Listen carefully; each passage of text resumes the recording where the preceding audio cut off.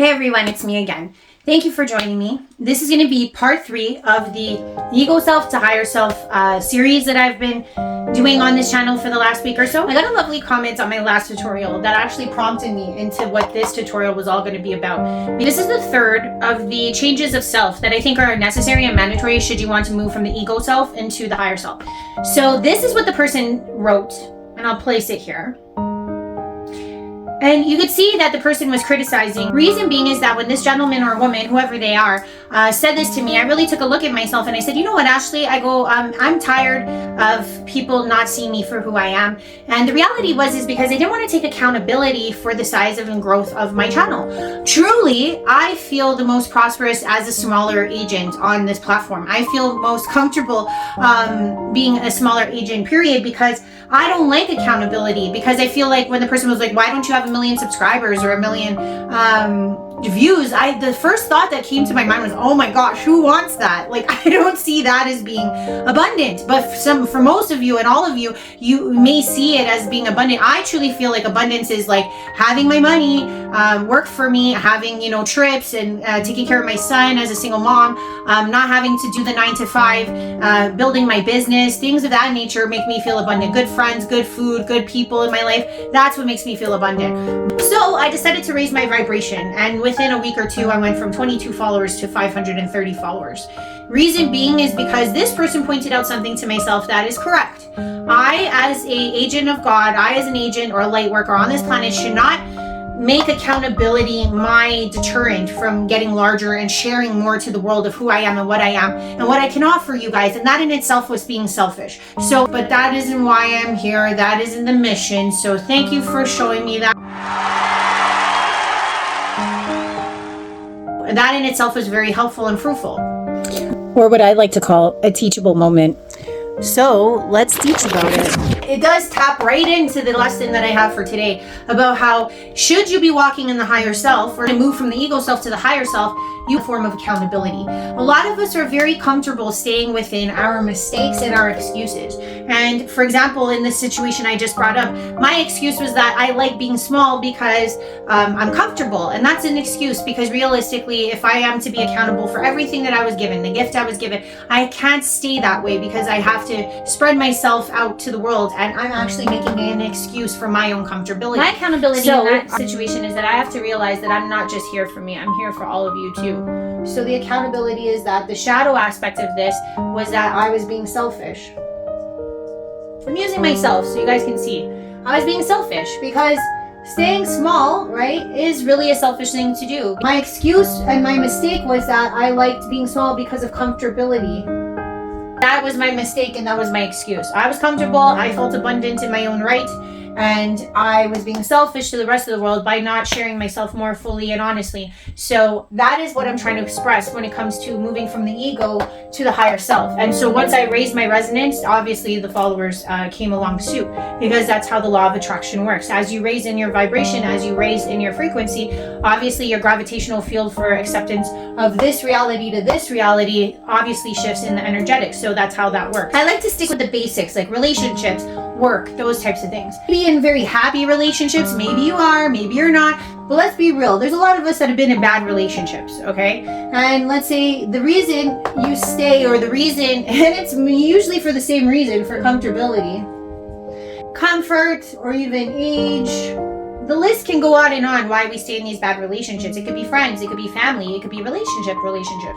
But we say to ourselves, oh, I'm comfortable, oh, I'm too old to find a new partner, it could be even things like our history. Those are the excuses that we use, right? The reality is that you're actually covering up for your low self-esteem. And this is the shadow of self-worth. Trust me, I've been there. That's why I can speak to this. I not just one time, I say many times. And as I ascended, I realized that that's why I had to go through all those situations, was so that I can help people understand. Higher self is doing in the situation. Like, for example, you know who the higher self was in the situation for me, right? The viewer that left me the comment. That was my higher self saying, Ashley, think about this. In this situation, your higher self in that situation is the one that shows you or says to you things like, get out. You're sad. You're better than this. Or you're miserable. Your higher self will put you in situations all through these bad relationships that keep drilling you and drilling you and drilling you with those realities that you're sad, that you're miserable, that you're not happy, simply so that you can move from the ego to the accountability side or the shadow side, to actually look at the major things you don't want to say to yourself. No one wants to tell themselves they've got low self-esteem. No one wants to tell themselves that they have no self-worth. That's a harder pill to swallow, right? So they'd rather just tell themselves the excuse to say, oh yeah, you know, I'm comfortable, oh, I'm lucky to have this person in my life, etc., etc., etc., right?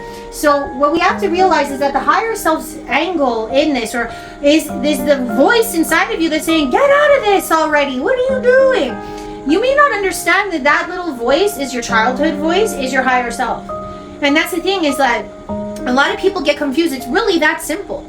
If you were to listen, just like I had to listen in that situation, go, why does this person irk me so much? Like, what is it that this person is representative of the higher self existence? And I said to myself, the reality is that I don't want to be responsible. I don't want to be accountable. So the same thing goes with the relationship. You don't really want to be accountable. You don't want to have to pick up and go. You don't want to have to move and change your life. That's why the higher self eludes us all, because the higher self is looking at your best interest always.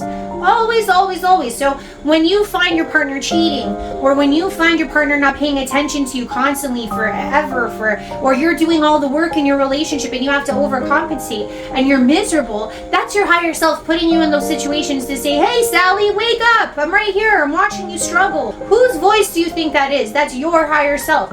You may not understand it, because the thing is that realistically, we're so comfortable in the excuses. It's easier in the excuses, but realistically it's not.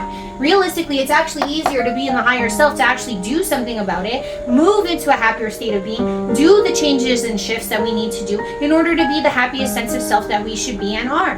To go after things like our self-esteem, to go after things like our self-worth. That's where the higher self lies, in the middle.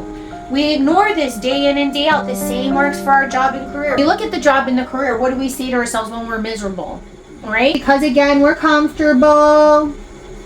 That's usually the main one. You know why comfort? Because it's the devil you know, right? And that works in all levels of existence, in all situations. So comfortability is going to be number one. You're comfortable being miserable. You're comfortable.